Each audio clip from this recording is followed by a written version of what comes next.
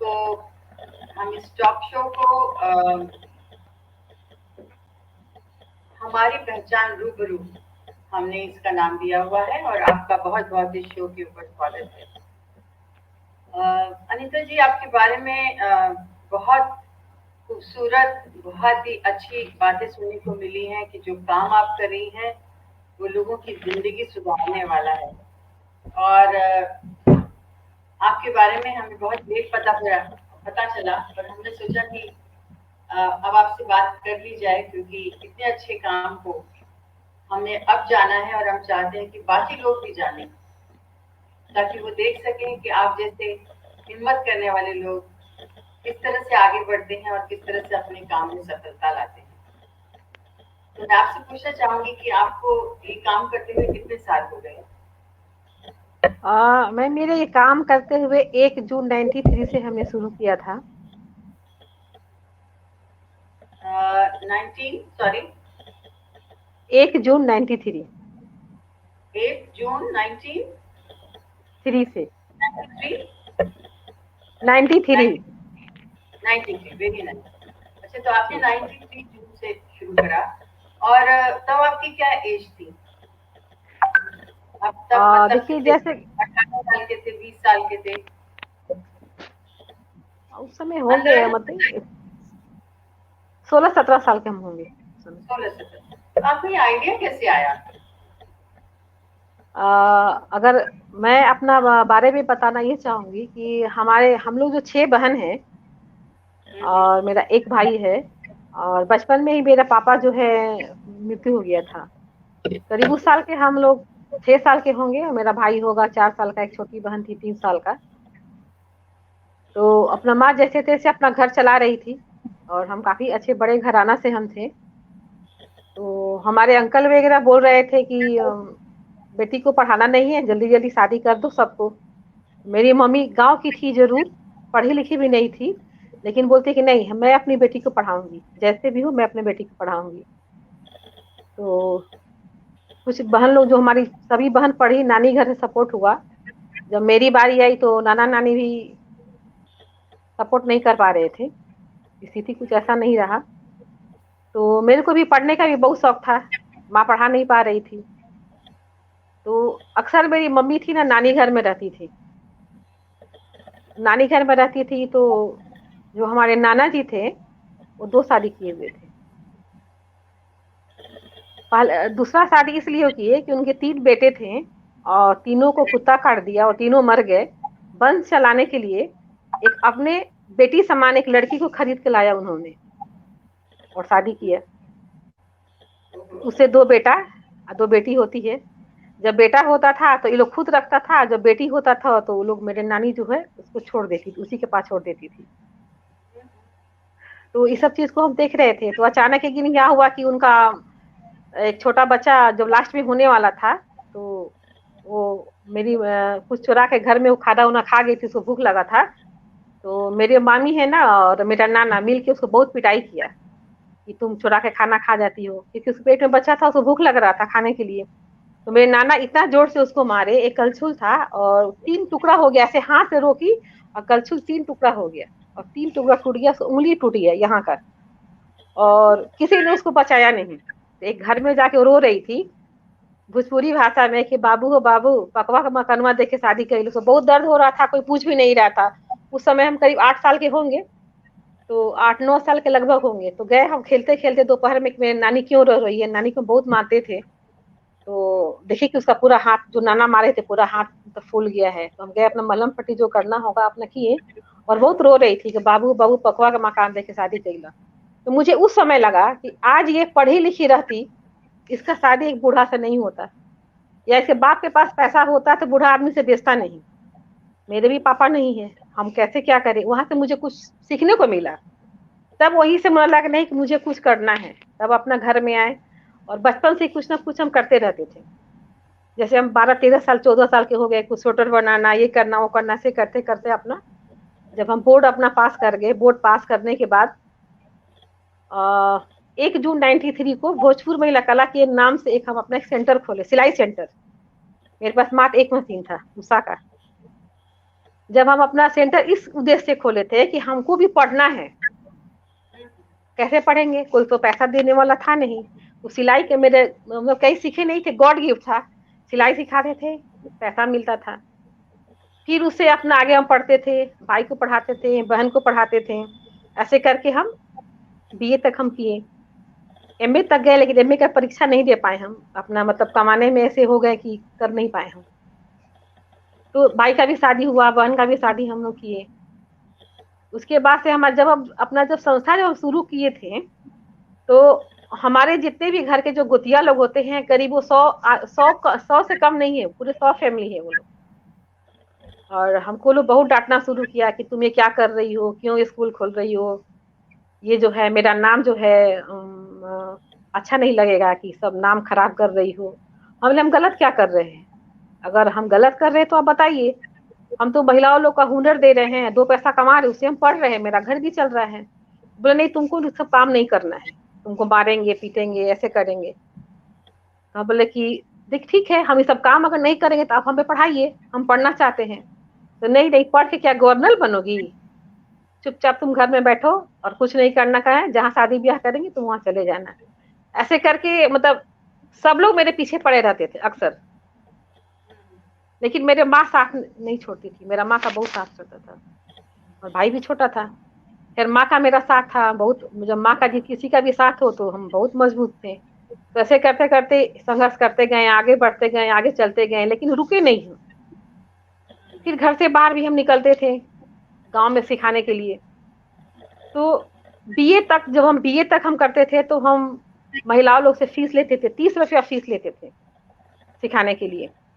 जब लगा कि नहीं चलो हम अपना पढ़ ले रहे हैं, घर का खर्चा चल जा रहा है, तो कुछ ऐसी जो महिलाएं हैं जो विकलांग हैं, विधवा हैं, जो शोषित पीड़ित हैं, उसको हम फ्री में सिलाई सिखाएंगे, और फ्री में जितना हैंडीक्राफ्ट का हम फ्री में करवाएंगे।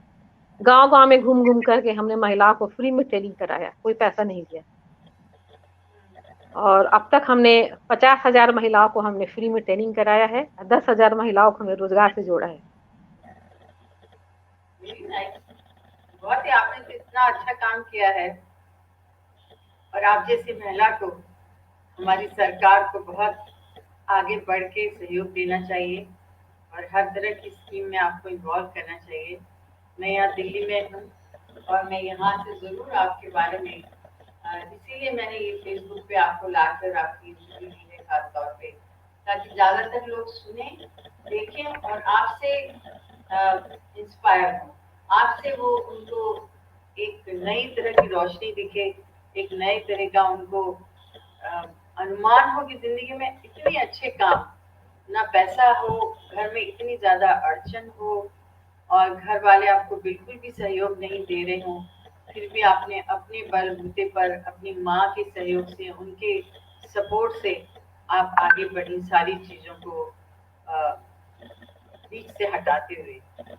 यही कहते हैं कि जब जिसको काम करना होता है, वो बड़े बड़े पहाड़ हटा के अपने लिए रास्ता बना लेता है।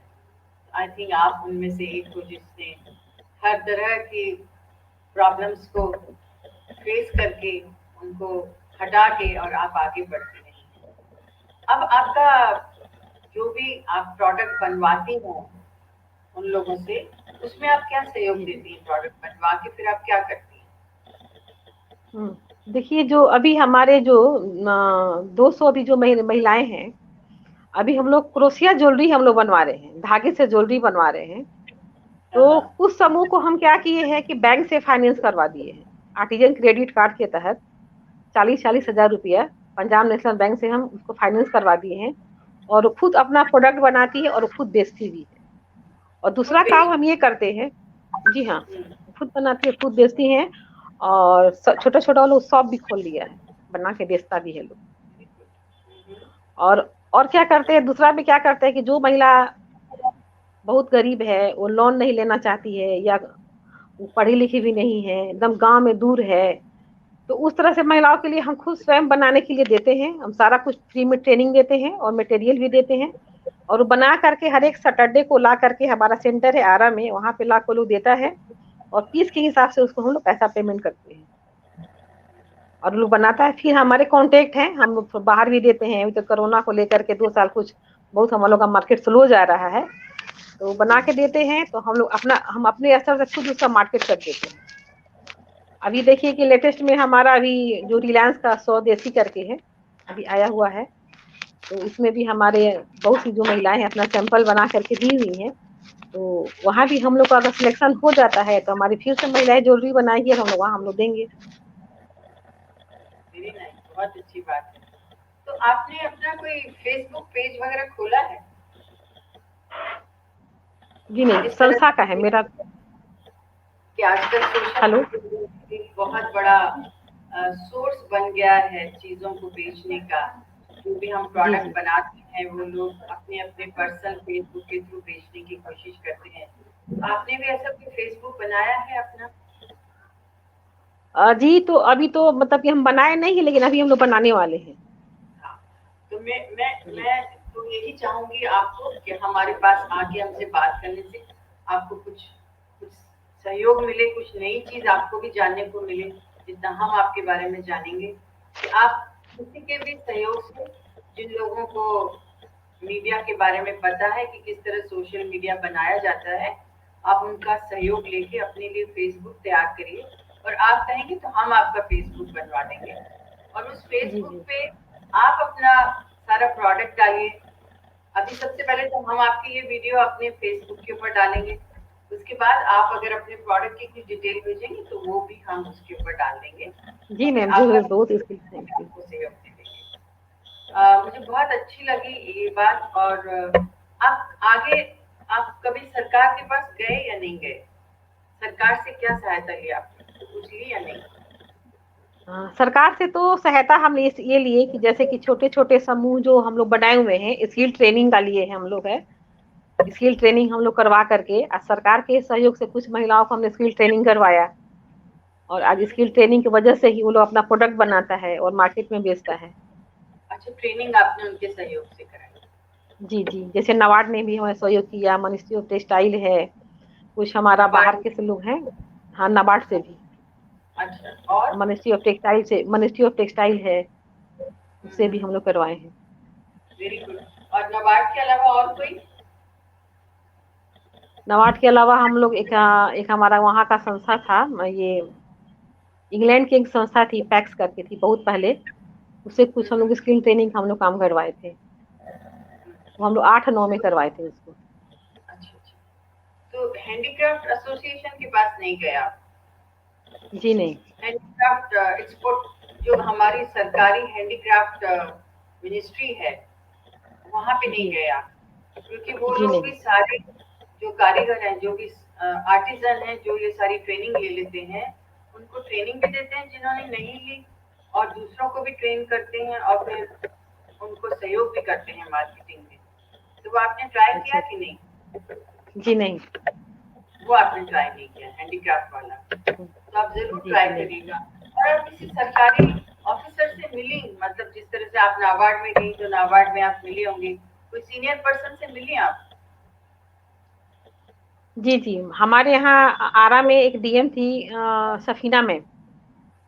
तो सफीना मैम ट्रांसफर होकर नवादा चली गई। तो मेरे को मैडम ने बहुत सपोर्ट किया, नवादा में बुला करके स्किल ट्रेनिंग का प्रोग्राम भी हमें दिया। और बीच बीच में हमें सफीना मैडम बहुत सपोर्ट करती हैं हमारे ट्रेनिंग प्रोग्राम में। और कुछ कुछ अपना कहीं भी कुछ मार्केट वगैरह होता है तो कुछ बताती है कि अनीता यहाँ कुछ ऐसा मार्केट है, इसको देख लो। तो मैडम हमको हम्म। बहुत अभी तक भी सहयोग करती हैं। अभी पटना में आई है, अल्पसंख्यक के सचिव हैं। हम्म। आपने क्योंकि खुद बीए करा है, आपको अलग बात है कि आपने बीए पूरी कंप्लीट नहीं करी, पर आपने पढ़ाई तो की है। अभी एक प्रोग्राम होने वाला है, एक यूनाइटेड नेशन की एक संस्था है जो 23 और 24 अभी जून को एक प्रोग्राम करने वाली है। उस प्रोग्राम में वो जितनी भी वुमेन हैं उनको ट्रेनिंग देंगी कि किस तरह से आप अपने प्रोडक्ट को ऑनलाइन बेच सकते हैं। तो क्या आप उस ट्रेनिंग को लेना चाहेंगे? मैं आपके पास उसका लिंक भेज हाँ, दूँ, ताकि बिल्कुल आप बिल्कुल लेना चाहूंगी मैं। और आपके यहाँ पे जो भी 5-7 महिलाएं हैं जो पढ़ी लिखी हैं, जो भी समझ सकती हैं। देखिए ऐसा होता है, हमें इंग्लिश आए या ना आए, पर हमें मतलब समझ आ जाता है। हम इंग्लिश बोल बिल्कुल पाए या बिल्कुल। ना बोल पाए, पर हम उसका सार समझ लेते हैं, है ना? ये तो है। इतनी जी हमारी महिलाएं इतनी स्मार्ट तो हैं, और आई एम श्योर आपके साथ रह के वो काफी कुछ समझ गई होंगी। तो मैं वो आपको लिंक भेजती हूँ, आप उसके ऊपर अपना रजिस्टर करिएगा। और जी अगर जी आप मुझे लिस्ट भेज दें कि कितने लोग रजिस्टर करना चाहते हैं, तो सपोज मैं उनको वो लिस्ट फॉरवर्ड कर दूंगी कि आप इनको सहयोग करिएगा ऑनलाइन आने के लिए। और अगर आपको जी ट्यूशन वगैरह पूछे तो आपको सपोर्ट आप मुझे जरूर वो जरूर। लिस्ट हाँ अब मैं मुझे आपको कल तक मैं लिस्ट दे दूँ।